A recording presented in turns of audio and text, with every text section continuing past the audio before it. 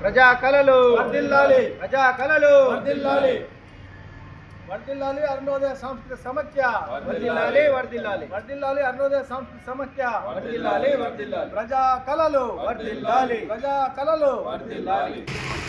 April నెల 10-11న జరిగే అరుణోదయ మహాసభలకు కవులు కళాకారులు విచ్చేసి అరుణోదయ సాంస్కృతిక సమైక్య సభలను విజయవంతం చేయాల్సిందిగా తెలంగాణ రాష్ట్రంలో ఉన్నటువంటి ప్రతి ప్రజా కళాకారుని కూడా ఆహ్వానించడం జరుగుతుంది. పెద్ద ఎత్తున కవులు కళాకారులు వచ్చి ప్రజల యొక్క సాంస్కృతిక కళల్ని బతికించి వాళ్ళ యొక్క ప్రజల యొక్క జీవన నైపుణ్యాలను పెంచాలని ఈ సందర్భంగా మీ అందరినీ కోరడం జరుగుతుంది. ఇది ప్రజల కళల కోసం ఏర్పడినటువంటి విష సంస్కృతిని వ్యతిరేకిస్తూ 1974లో ఏర్పడినటువంటి ఈ కళా సంస్కృతి ప్రజల్ని ఎంతో విధంగా చైతన్యం చేసింది. ఇదే విధంగా ప్రజల్ని చైతన్యం చేస్తుంది. కావున ప్రజా కళలు వర్ధిల్లాలి, ప్రజల యొక్క జీవన విధానాలన్నీ కూడా నైపుణ్యాలను పెంచాలని ఈ సందర్భంగా మీ అందరూ తెలియజేసుకుంటూ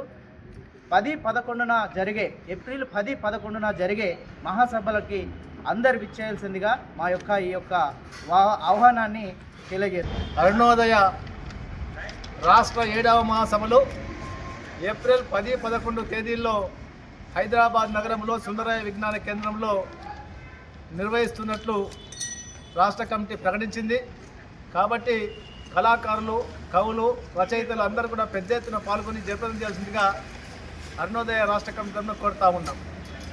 ఇవాళ ఆర్మూర్ పట్టణంలో అరుణోదయ రాష్ట్ర మహాసభల యొక్క వాల్పోస్టర్లను ఆవిష్కరిస్తూ ఉన్నాం.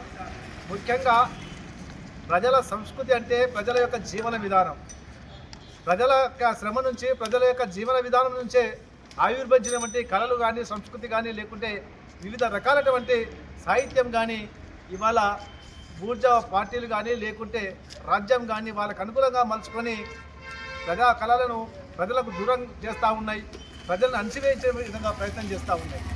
కాబట్టి ఇవాళ అరుణోదయ భావించేది ఏంటంటే ఈ దేశంలో ఈ సమాజంలో ఉత్పత్తి చేసేటువంటి వారికి శ్రమ చేసే వారికి అనుకూలంగా ప్రజా కళలు ఉండాలని చెప్పి భావిస్తూ ఉంది.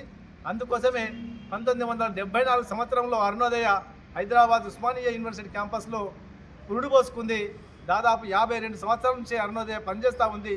ఈ 52 సంవత్సరాల్లో కూడా అనేక మంది కార్యకర్తలని అనేక మంది నాయకులను కూడా ఈ కళారంగం కోసం అంకితం చేసినటువంటి చరిత్ర అరుణోదయకు ఉంది.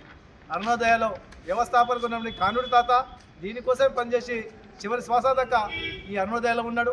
రామారావు అరుణోదయ, ఇవాళ నాగన్న కానీ లేకుంటే రాయకృష్ణ కానీ అనేక మంది మంచి కళా నైపుణ్యం ఉన్నటువంటి వాళ్ళందరూ కూడా కమర్షియల్ కాకుండా లేకుంటే సినిమాల వైపు కొట్టుకోకపోకుండా కేవలం ప్రజల కోసమే శ్రామిక వర్గ ఉద్యమాలకు ప్రజా ఉద్యమాలకు అనుకూలంగా తన కళాన్ని ఉపయోగించినటువంటి స్థితి ఇవాళ అరుణోదయకు ఉంది.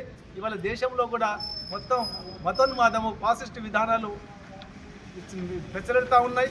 కాబట్టి ఐక్యంగా ఉన్నటువంటి ప్రజలను మొత్తం విభజించేటువంటి పరిస్థితి కనిపిస్తూ ఉంది. ఇవాళ నరేంద్ర మోడీ అధికారంకి వచ్చిన తర్వాత మరింత తీవ్రమైంది. ఎందుకంటే భారతదేశము మత ప్రమేయం లేనటువంటి దేశంగా మనం ప్రకటించుకున్నాం, లౌకిక రాజ్యం అని ప్రకటించుకున్నాం. కానీ దేశంలో మత వైషమ్యాలు రెచ్చగొడతా ఉన్నారు, కలిసి ఉన్నటువంటి జనుల్ని విభజిస్తూ ఉన్నారు. ఇది కరెక్ట్ కాదు అని చెప్పి అరుణోదయ చెప్తుంది. ప్రశ్నించి గొంతెత్తి మాట్లాడే వారు కానీ పాట పాడేవారు కానీ కళాకారులను కూడా చంపుతున్నటువంటి స్థితి మనం చూస్తూ ఉన్నాం. ఎవరు ఎన్ని రకాల కుట్రలు చేసినా కుతంత్రాలు చేసినా అరుణోదయ యొక్క గలమాగదు, అరుణోదయ యొక్క గాలి గజ్జె సప్పుడు కానీ డప్పు దరుపు కానీ ఆగదని చెప్పి ఈ సందర్భంగా తెలియజేస్తూ ఉన్నాం. అదేవిధంగా ఏప్రిల్ 10 తారీఖు నాడు అంజయ్య భవన్ నుంచి సుందరయ్య విజ్ఞాన కేంద్రం వరకు ప్రదర్శన ఉంటుంది. సుందరయ్య విజ్ఞాన కేంద్రంలో బహిరంగ సభ ఉంటుంది. దాంట్లో సతీష్ చంద్ర కానీ టీఓడబ్ల్యూ జాతీయ నాయకురాలు ఝాన్సీ, కె గోవర్ధన్ ఇంకా అరుణోదయకు సంబంధించిన రాష్ట్ర నాయకులు పాల్గొంటారు. అట్లాగే 2వ రోజు ఏప్రిల్ 11 తారీఖు నాడు కూడా మహాసభల్ని ప్రొఫెసర్ కాసిం ప్రారంభిస్తాడు. దీంట్లో అనేక మంది వక్తలు కూడా ఉన్నారు, వాళ్ళందరూ కూడా ఈ సభలో పాల్గొంటున్నారు. కాబట్టి ప్రజలు కానీ కళాకారులు కానీ అరుణోదయకు చేయూతనివ్వాలని చెప్పి అన్ని విధాలుగా అరుణోదయకు సహకరించాలని చెప్పి అరుణోదయ రాష్ట్ర కమిటీ తరఫున కోరుతా ఉన్నాం.